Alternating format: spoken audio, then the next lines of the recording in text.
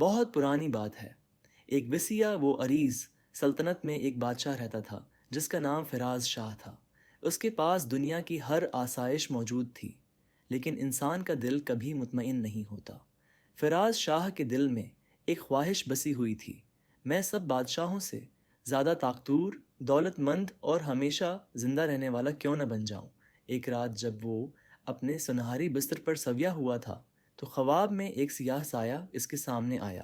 سایہ پھسلا پھسلا کر بولا، اے بادشاہ، تو چاہے تو اپنی تقدیر بدل سکتا ہے۔ دولت اور طاقت کی کوئی حد نہیں۔ اگر تو جادو کے دروازے پر دستک دے تو تجھے وہ ملے گا جو انسانوں کو کبھی نہیں ملا۔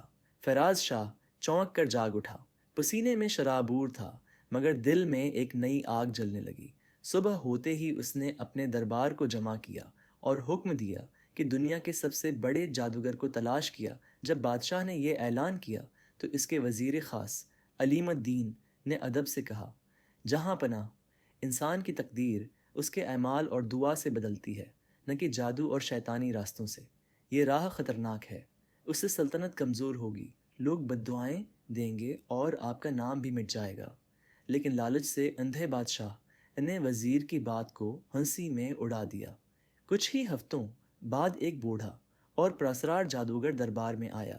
اس کی آنکھیں سرخ تھیں اور ہاتھ میں ایک کالی کتاب تھی۔ اس نے کہا، بادشاہ سلامت، تقدیر بدلنے کے لیے قربانی دینا پڑتی ہے۔ سونا اور جواہرات کم نہیں، بلکہ رعایا کی خوشیاں اور ان کا خون چاہیے۔ جب رعایا روتی ہے اور ان کا دکھ آسمان تک جاتا ہے، تب یہ جادو طاقت میں بدلتا ہے۔ یہ سن کر وزیر نے پھر بادشاہ کو سمجھایا، جہاں پناہ، یہ ایک آزمائش ہے۔ اگر آپ نے اس جادو کو اپنایا تو اللہ کی رحمت دور ہو جائے گی۔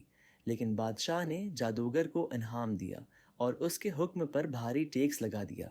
عوام کی آہیں اور سلطنت کا اندھیرا کسان بھوکے مرنے لگے، مائیں اپنے بچوں کو روٹی کے لیے ترسنے لگیں اور ہر طرف بددعاؤں کی صدائیں بلند ہونے لگیں۔ جادوگر نے بادشاہ کو قلعے کے بیچوں بیچ لے جا کر ایک سیاہ رسم کروائی۔ اس رسم کے بعد ایک آئینہ نمودار ہوا۔ اس آئینے میں بادشاہ نے اپنی ایک اور شکل دیکھی، طاقتور، نہایت جوان اور لازوال۔ وہ خوشی سے پاگل ہو گیا، لیکن زمین پر کچھ اور ہی ہو رہا تھا۔ کھیت خشک ہو گئے، بارش رک گئی، دریاؤں کا پانی سیاہ ہو گیا اور سلطنت پر بھوک اور بیماری مسلط ہو گئی۔ وزیر علیم الدین دن رات عوام کی مدد میں لگا رہا۔ وہ قید ہونے کے باوجود راتوں کو جیل سے نکل کر یتیموں کو کھانا دیتا اور بیماروں کا علاج کرتا۔ لوگ وزیر سے محبت کرنے لگے اور اسے اپنا حقیقی رہنما سمجھنے لگے۔ ایک رات وزیر نے بادشاہ کو آخری بار سمجھانے کی کوشش کی۔ اس نے کہا، جہاں پناہ، اللہ نے آپ کو عزت دی ہے، لیکن آپ نے لالچ میں آ کر اپنی رعایا کو تکلیف دی۔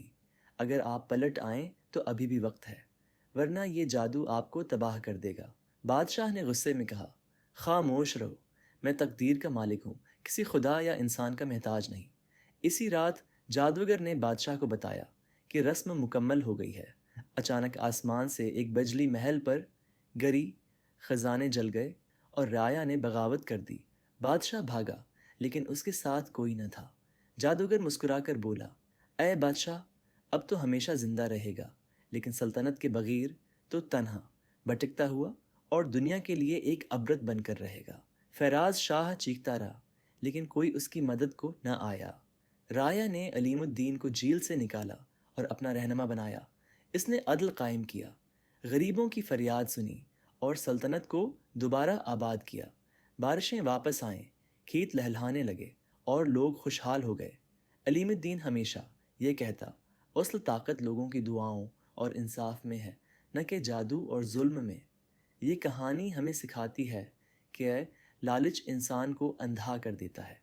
تقدیر بدلنے کا راستہ صرف نیکی اور دعا ہے۔ طاقت اور جادو وقتی فریب ہیں، لیکن انصاف اور نیکی ہمیشہ زندہ رہتی ہے۔